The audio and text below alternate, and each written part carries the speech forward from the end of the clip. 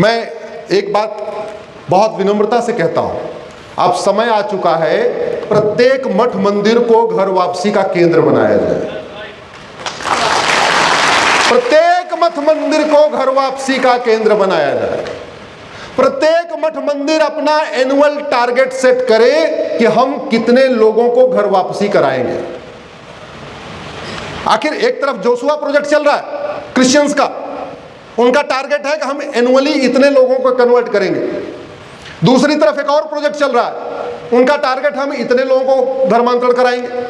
तो क्या हमारे पंडा, हमारे पुजारी, हमारे महंत, हमारे गुरु, हमारे कथावाचक, हमारे भगवत कथावाचक, हमारे आचार्य, हमारे मंडलेश्वर, हमारे महामंडलेश्वर, जितने हमारे पंडा पुजारी हैं, ये घर वापसी का टारगेट नहीं ले सकते क्या? जोर से बोलिए जरा।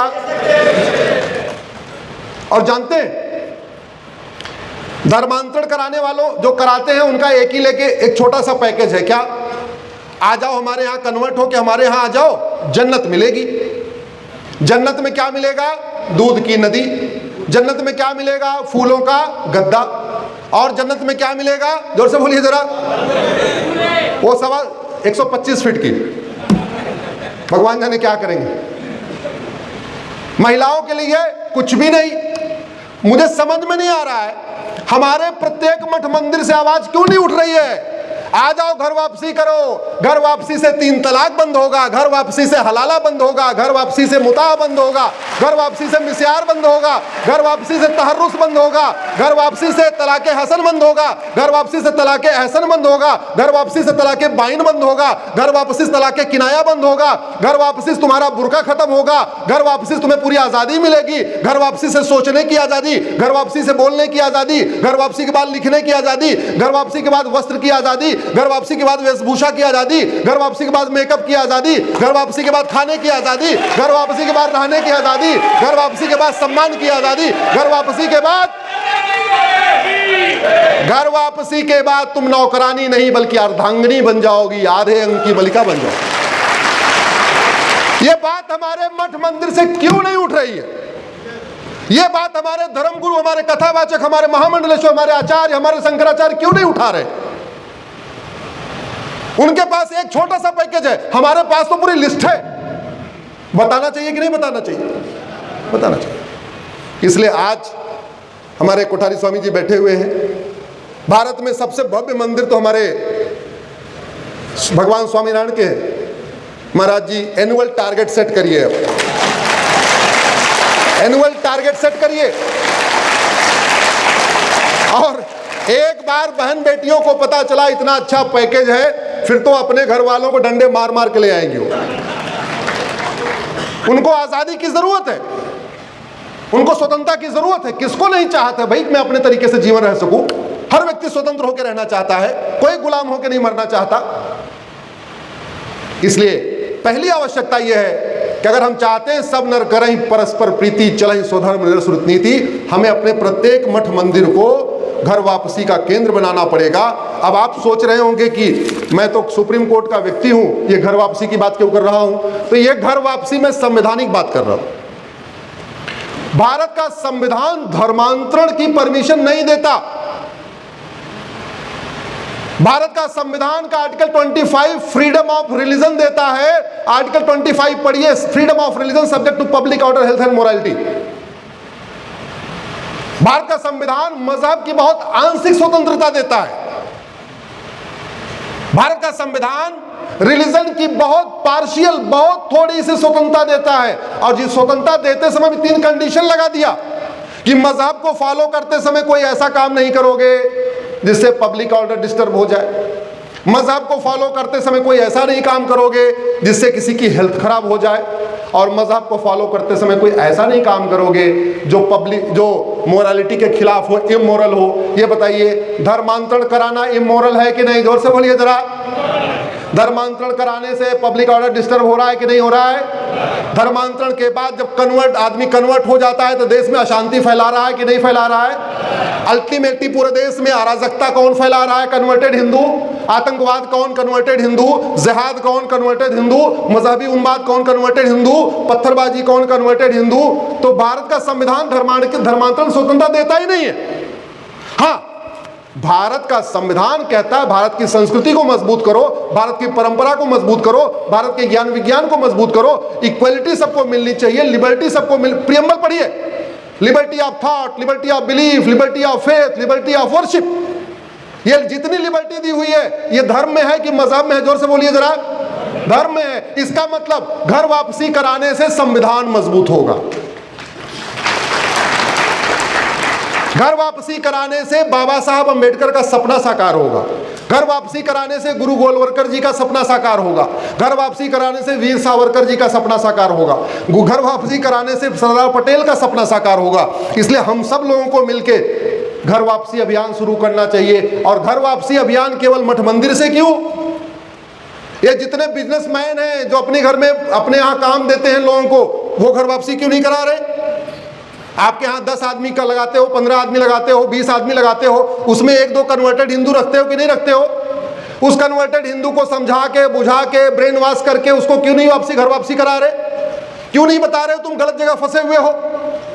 अरे भाई, आपके परिवार का वही कोई व्यक्ति बिछड़ जाए तो आप पुलिस में जाते हो, हर जगह जाते हो, सरकार से कहते हो हमारे परिवार को घर वापस लेके आओ। तो यहाँ जो बिछड़े हुए हैं, चाहे वो बाबर के डर से बिछड़ गए, चाहे औरंगजेब के डर से बिछड़ गए, चाहे गोरी के डर से बिछड़ गए, चाहे कुतुबुद्दीन के डर से बिछड़ गए, या ऐबक के डर से बिछड़ गए, या अकबर के डर से बिछड़ गए, या पैसे की लालच में बिछड़ गए, या आजकल बिछड़ते जा रहे हैं चावल के लालच में, कुछ और लालच में, उनको घर वापसी कराना हमारा लक्ष्य है कि नहीं है? जो करना चाहिए कि नहीं करना चाहिए? तो जितने बिजनेस व्यापारी उनको भी कराना चाहिए, जितने शिक्षित लोग हैं उनको भी अपनी कोशिश करना चाहिए। मठ मंदिर तो बाकायदा उसको घर वापसी केंद्र बनाना ही चाहिए। और मैं आपको बताऊं, बहुत बड़ी मात्रा में लोग घर वापसी के लिए तैयार हैं, बहुत बड़ी मात्रा में।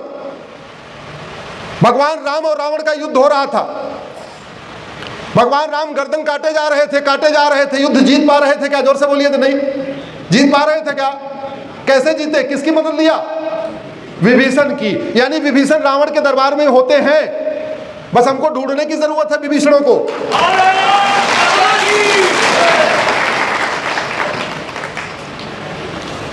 विभीषणों को ढूंढिए, विभीषणों से दोस्ती करिए। भगवान राम ने किया कि नहीं किया? किया।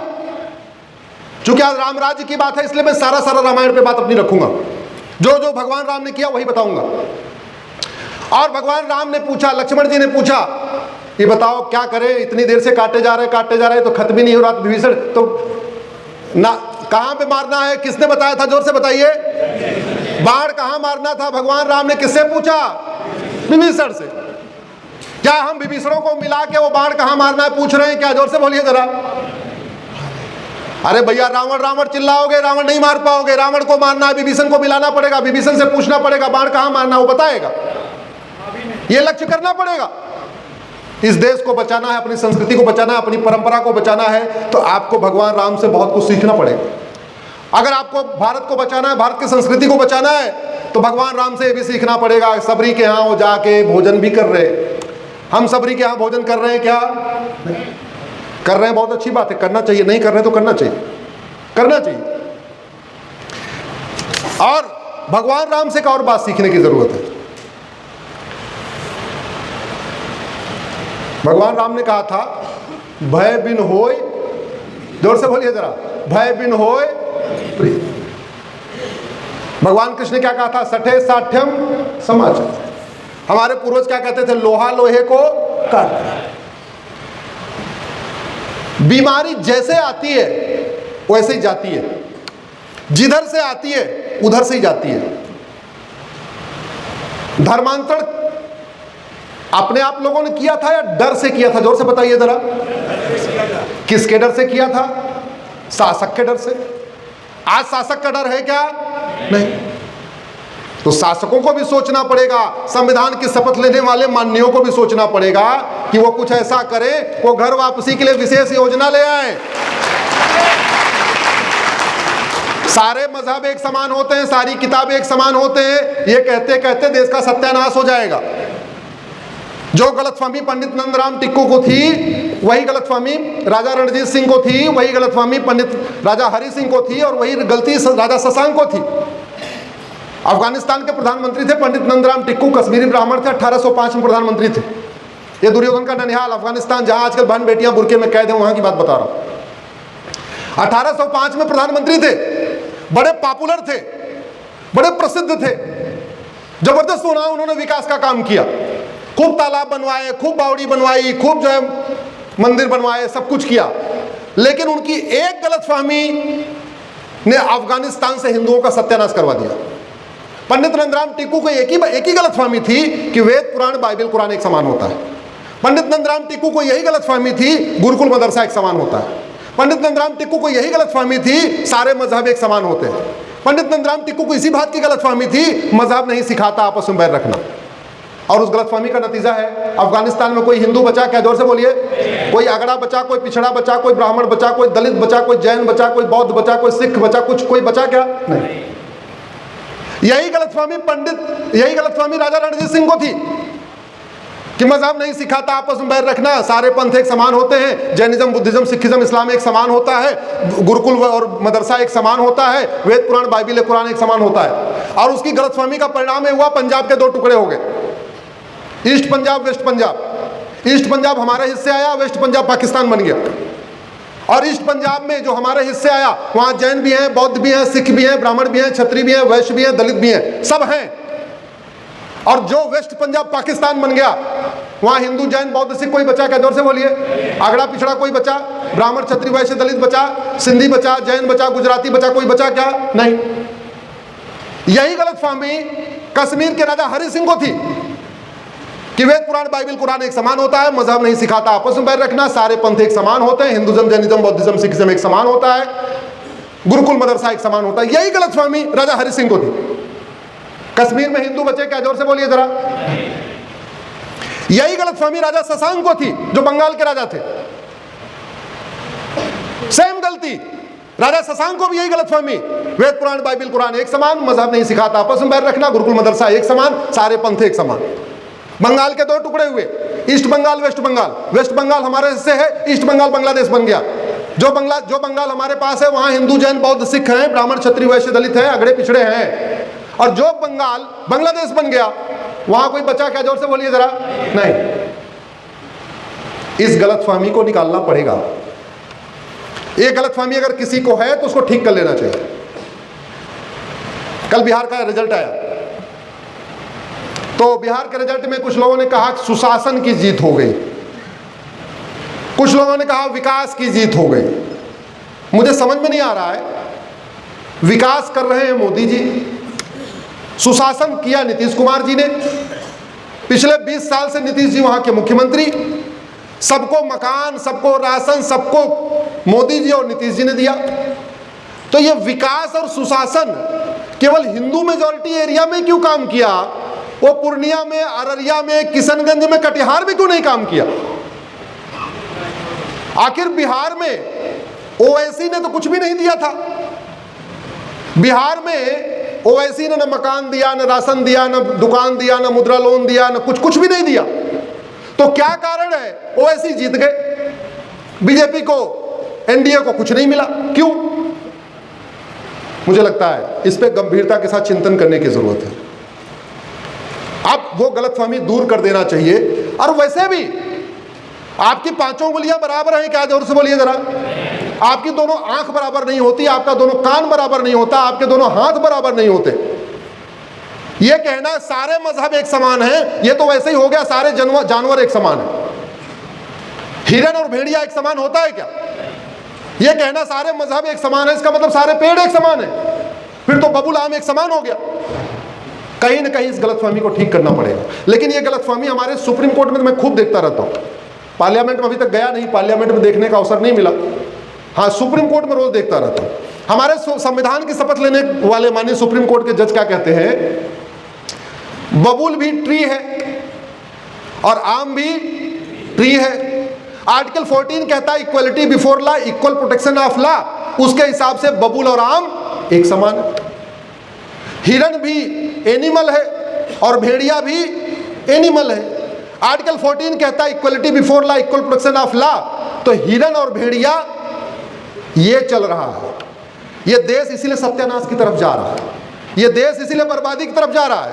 हमारे यहाँ पढ़े लिखे लोग ऐसा मिस इंटरप्रिटेशन कर रहे हैं। और ये मिस इंटरप्रिटेशन मैंने देखा मदरसे के केस में। आपको जान के आश्चर्य होगा कि भारत के संविधान में मदरसा नाम का शब्द ही नहीं है।